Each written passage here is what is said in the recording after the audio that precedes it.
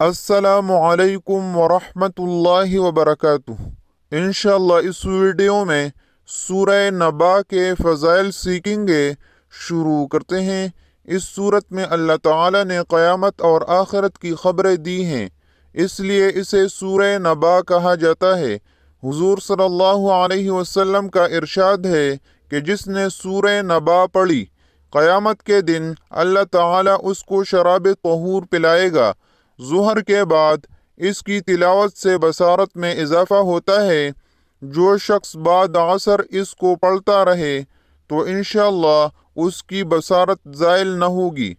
اس سورت کے عامل کو بے پناہ عزت ملتی ہے، اور جو شخص 41 روز تک اسے 141 مرتبہ پڑھے وہ اس کا عامل بن جائے گا۔ اس ویڈیو میں اتنا ہی۔ اللہ حافظ۔